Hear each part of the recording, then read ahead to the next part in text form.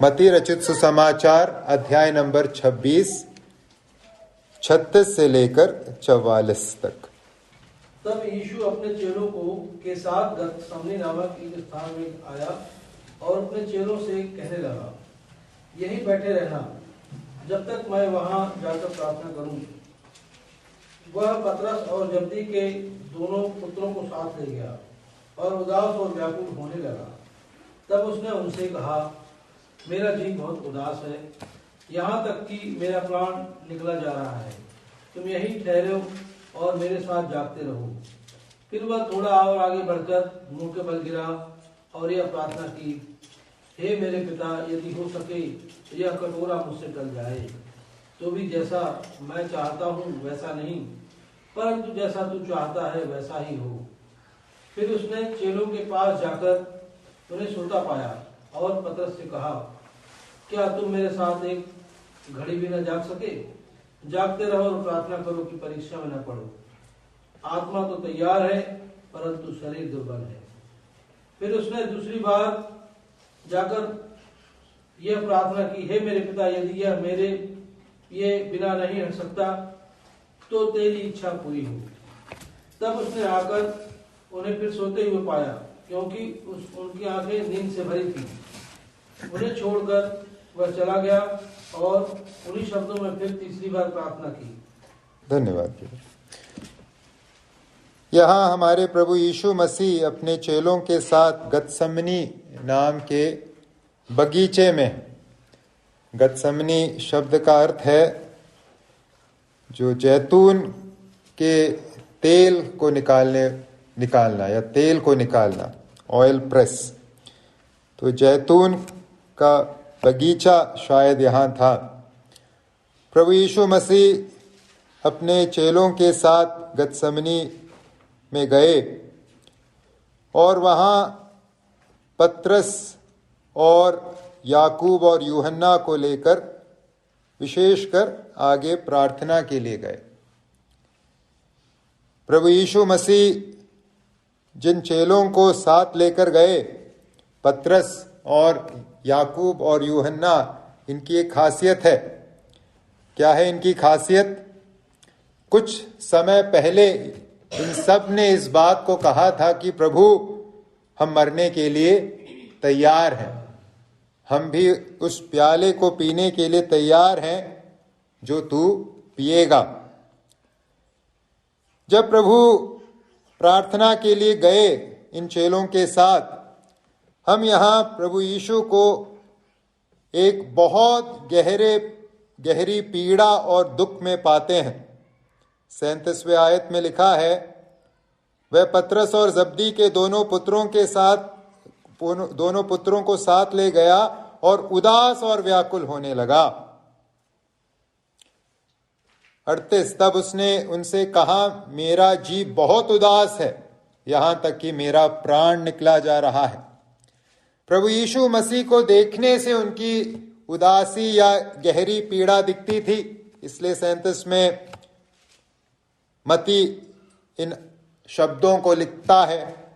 और केवल बाहरी तौर पे नहीं, प्रभु यीशु ने मौखिक तौर पर भी अपने उस पीड़ा और दुख का इजहार किया और अपने चेलों से कहा, मेरा जी बहुत उदास है, यहाँ तक कि मेरा प्राण निकला जा रहा है। 38, जिस प्रश्न को आज मेज में से भाग लेने से पहले आपके सामने मैं रखना चाहता हूं, वो है, प्रभु यीशु मसीह में दिखने वाले संघर्ष का कारण क्या है। यहां प्रभु यीशु मसीह को एक बहुत बड़ी गहरी पीड़ा में और दुख में पाते हैं। क्या है कारण प्रभु यीशु मसीह इस प्रकार की गहरी पीड़ा और दुख में हैं? इस प्रश्न का सही उत्तर समझने के लिए, इस घटना की सही व्याख्या करने के लिए हमें एक बात को मन में रखने की जरूरत है, और वो है प्रभु यीशु मसीह की विशेष या अनोखी पहचान। प्रभु यीशु मसीह के विशेष और अनोखी पहचान को मन में रखे बिना अगर हम इस घटना को समझने की कोशिश करेंगे, हम एक गलत धारणा की तरफ या गलत व्याख्या की तरफ जाएंगे। हमें इस बात को मन में रखते हुए इस घटना को समझने की जरूरत है कि यीशु मसीह मेरे और आपके जैसे केवल एक सामान्य मनुष्य मात्र नहीं थे। वह 100% परमेश्वर और 100% मनुष्यत्व रखने वाले, विशेष पहचान को रखने वाले व्यक्ति हैं। तो जब हम इस घटना को पढ़ते हैं, इस घटना की व्याख्या करने की कोशिश करते हैं, हमें इस बात को समझना होगा कि प्रभु यीशु मसीह जिस भावना से होकर गुजर रहे हैं, जिस अवस्था से होकर इस घटना के अंतर्गत गुजर रहे हैं, वो अपने आप में अनोखा है। संसार में और किसी ने इससे पहले और न इसके बाद ऐसे एक अवस्था का सामना किया है, क्योंकि संसार में और कोई भी 100% परमेश्वर और 100% मनुष्य नहीं आया है सिवाय हमारे प्रभु यीशु मसीह के। क्या होगा अगर हम इस घटना को केवल इस नजरिए से परखेंगे कि यीशु मसीह एक मनुष्य है और अति व्याकुलता में, गहरी पीड़ा में और दुख में है? हम एक गलत निष्कर्ष पर पहुंचेंगे कि यीशु मसीह उस मृत्यु से भयभीत हैं जिस मृत्यु को वो अपने सामने देख रहे हैं। अगर हम इस प्रकार के एक निष्कर्ष पर पहुंचेंगे तो हम सच्चाई से बहुत दूर भटक चुके हैं। अब तक अगर हम बाइबल मत्ती के सुसमाचार को अगर देखें, अब तक प्रभु यीशु मसीह अपने कष्टों और अपनी मृत्यु की आवश्यकता के बारे में बार बार स्पष्टता से चेलों को बताता आया है और अपने उस कार्य को पूरा करने के दृढ़ संकल्प के साथ प्रभु यीशु मसीह यरूशलेम पहुंचे हैं और एक एक करके वचन को पूरा करते हुए क्रूस की तरफ आगे बढ़ रहे हैं। कहीं भी हम प्रभु यीशु मसीह में किसी भी प्रकार के झिझक को या किसी भी प्रकार के उस मृत्यु को लेकर व्याकुलता को अब तक नहीं पाए हैं। और एक बहुत सरल अगर सबूत हम ढूंढें कि यहां जो व्याकुलता है, यहां जो गहरी पीड़ा है यीशु मसीह में जो दिखती है, उसका वास्ता प्रभु की मृत्यु के साथ नहीं है। इसका एक बहुत सरल उदाहरण है प्रेरित पत्रस का जीवन। प्रेरित पत्रस जिसे प्रभु यीशु मसीह अपने साथ ले गए, पत्रस के सामने प्रभु यीशु व्याकुल हैं, दुखी हैं। इस पत्रस के जीवन का अंत कैसे होता है? इतिहास में बताया गया है पत्रस को भी क्रूसित किया गया और मार डाला गया। पत्रस को उसके विश्वास के कारण क्रूसित किया गया और मार डाला गया। लेकिन उसे क्रूसित कैसे किया गया?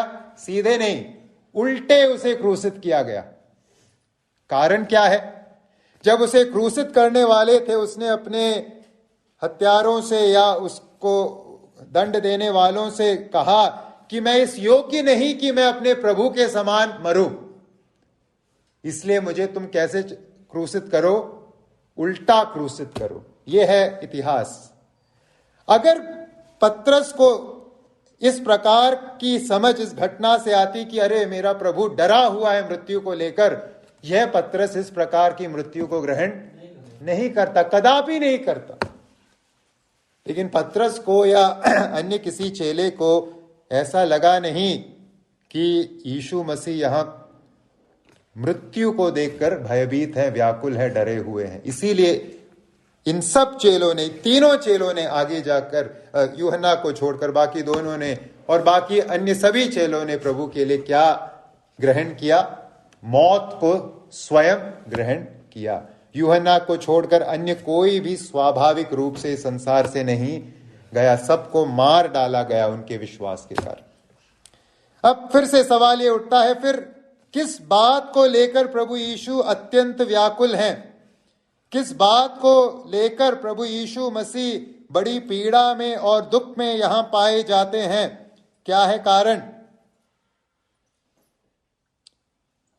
पीड़ा और व्याकुलता जो प्रभु यीशु मसीह में हम देखते हैं, यह उस मृत्यु के कारण नहीं जो प्रभु यीशु मरने वाले हैं, परंतु यह व्याकुलता और यह पीड़ा उस मृत्यु के उस संदर्भ को लेकर है, तरीके को लेकर है जो प्रभु यीशु मरने वाले हैं। यह मृत्यु नहीं बल्कि वह मृत्यु थी जो यह केवल मृत्यु नहीं परंतु जिस रीति से वो, जिस कारण के लिए वो मरेगा, उस बात को लेकर हम प्रभु यीशु मसीह में पीड़ा पाते देखते हैं, अत्यंत बड़ी व्याकुलता पाते हैं। यहां आगे प्रार्थना में हमने देखा प्रभु यीशु मसीह कटोरे की बात करते हैं। पिता से प्रार्थना करते समय प्रभु यीशु कहते हैं, अगर यह कटोरा टल जाए, यदि हो सके तो यह कटोरा मुझसे टल जाए, तो भी जैसा मैं चाहता हूं वैसा नहीं परंतु जैसा तू चाहता है वैसा ही हो। ये क्या है कटोरा? कटोरे से क्या है तात्पर्य? यह ना तो कोड़े मारे जाने और सूली पर चढ़ाए जाने की शारीरिक पीड़ा का प्रतीक है और ना ही यह कटोरा अपने ही लोगों द्वारा तिरस्कृत और अपमानित किए जाने का मानसिक कष्ट। जिस कटोरे की बात प्रभु यीशु मसीह यहां कर रहे हैं वह कोड़े मारे जाने और सूली पर चढ़ाए जाने की शारीरिक पीड़ा का प्रतीक नहीं है। जिस कटोरे की बात प्रभु यीशु मसीह यहां कर रहे हैं, यह अपने लोगों के द्वारा तिरस्कार और निंदा के किए जाने से उत्पन्न मानसिक कष्ट भी नहीं है। फिर क्या है इस कटोरे से तात्पर्य? इस कटोरे से तात्पर्य है वह आत्मिक पीड़ा, वह आत्मिक कष्ट जो संसार के, पूरे संसार के पाप को अपने ऊपर उठाने से उन्हें मिलने वाला है। इस कटोरे से तात्पर्य है वह दंड, वह न्याय जो पिता का प्रभु यीशु मसीह स्वयं पापियों की ओर से अपने ऊपर ले रहे हैं। जो मृत्यु प्रभु यीशु कुछ देर बाद अपनाने वाले हैं, उस मृत्यु के अंतर्गत प्रभु क्या करेंगे? उस मृत्यु के अंतर्गत प्रभु पापियों के साथ एक हो जाएंगे। यीशु अपनी मृत्यु में पापियों के साथ एक हो गया। वह उस मृत्यु का अनुभव करेगा जो पापियों के कारण है। प्रभु यीशु मसीह पवित्र परमेश्वर हम पापियों के लिए पाप के बहुत नजदीक जा रहे हैं, पाप के उस दंड को अपने ऊपर ले रहे हैं। इसलिए हम प्रभु को यहां उस अत्यंत पीड़ा और व्याकुलता में पाते हैं। दूसरा कोरिन्थियों 5:21 हमसे कहता है, जो पाप से अज्ञात था उसी को उसने हमारे लिए पाप ठहराया कि हम उसमें होकर परमेश्वर की धार्मिकता बन जाए। दूसरा कोरिन्थियों 5:21, जो पाप से अज्ञात था, पवित्र परमेश्वर यीशु मसीह जो पाप से अज्ञात था उसी को उसने हमारे लिए पाप ठहराया। यह थी उस पीड़ा का कारण, यह है उस व्याकुलता का कारण जो हम प्रभु यीशु मसीह में देखते हैं। पवित्र परमेश्वर पाप के नजदीक है, पवित्र परमेश्वर पापियों के साथ एक हो रहा है उस मृत्यु में। पवित्र परमेश्वर पाप के उस दंड को अपने ऊपर ले रहा है और यह वास्तविकता पर प्रभु यीशु मसीह में उस व्याकुलता को, उस दुख को, उस बड़ी पीड़ा को उत्पन्न करने का कार्य करती है। क्यों? पापियों के साथ एक होने से, पाप के नजदीक जाने से, पाप के दंड को अपने ऊपर लेने से क्या होगा? मत्ती 27:46 में हम उसका उत्तर पाते हैं। क्या हुआ जब यीशु मसीह ने इस पाप के दंड को अपने ऊपर लिया, पाप के नजदीक गया, वह हमारे लिए पाप ठहराया गया, तब क्या हुआ उसके परिणाम स्वरूप? मत्ती 27:46, तीसरे पहर के निकट यीशु ने बड़े शब्द से पुकार कर कहा, एली एली लमा शबक्तनी, अर्थात हे मेरे परमेश्वर तूने मुझे क्यों छोड़ दिया। उस अनंत काल के उस संबंध में त्रिएक परमेश्वरत्व के अंतर्गत जो संबंध है, अनंत काल का संबंध, उस संबंध में किसी प्रकार से एक अलगाव पिता और पुत्र के बीच हुआ। हमें नहीं मालूम किस प्रकार का अलगाव है, बाइबल में इसके विषय में नहीं लिखा गया, हमें नहीं मालूम और इसके बारे में बोलने का हमें कोई अधिकार नहीं है। लेकिन इतना जरूर हम पढ़ते हैं कि एक अलगाव उत्पन्न हुआ, और उस अलगाव का कारण क्या है? क्योंकि पुत्र हमारे लिए क्या उठा रहा है? पाप उठा रहा है। और उस मधुर संबंध में, त्रिएकता के उस मधुर संबंध में, या पिता के साथ प्रभु यीशु मसीह के उस घनिष्ठ संबंध में किसी न किसी प्रकार का एक अलगाव कुछ क्षण के लिए आया, और यही उस अत्यंत बड़े पीड़ा का, व्याकुलता का, दुख का कारण है जो हम प्रभु यीशु मसीह में इस घटना के अंतर्गत देखते हैं। तो क्या हम निष्कर्ष निकालें? क्या है निष्कर्ष? क्यों यीशु मसीह अत्यंत पीड़ा में है? क्यों यीशु मसीह अत्यंत दुख में है? उत्तर है हमारे पाप। हमारे पाप के साथ जो संबंध प्रभु यीशु ने जोड़ा, हमारे पापों से हमें बचाने के लिए पाप के नजदीक जो प्रभु यीशु गए, पाप के नजदीक से तात्पर्य पाप के दंड के, हमारे पापों को प्रभु यीशु, हमारे पापों के कारण प्रभु यीशु मसीह इस पीड़ा, इस महान पीड़ा को अपने ऊपर लेकर आया, अन्य कोई कारण नहीं है। तो आइए हम पाप के गंभीरता को समझें, धन्यवाद के साथ इस मेज में से भाग लें। क्यों हम प्रभु यीशु मसीह को व्याकुल, परेशान और दुखी पाते हैं? पाप, मेरे पाप, आपके पाप, जिसका उन्होंने अपने ऊपर दंड लेने का काम किया। इसलिए जब भी हम अपने जीवन में पाप के साथ संघर्ष कर रहे होते हैं, या हम पाप को अगर हल्के में ले रहे हैं, आइए हम समझें पाप कहीं से हल्की चीज नहीं है, क्योंकि पाप के कारण हमारा प्रभु इस प्रकार के व्याकुलता से होकर गुजरा। तो उस पाप को हल्के में कैसे लें हम? तो आइए प्रभु को धन्यवाद दें। अगर हमारा प्रभु हमारे लिए हमारा स्थान नहीं लेता तो ये गंभीर पीड़ा किसके ऊपर आती? सनातन पर हमारे ऊपर आती। हमें बचाने के लिए प्रभु दुखित हुए, व्याकुल हुए, परेशान हुए, ताकि हम जीवन पाएं, बहुतायत का जीवन पाएं। तो आइए पापों से अपने आप को दूर रखने के एक इरादे के साथ, पाप के गंभीरता को समझते हुए धन्यवाद के साथ इस मेज में से भाग लें।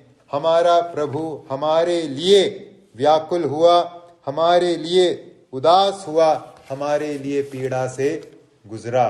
प्रभु के नाम की महिमा हो।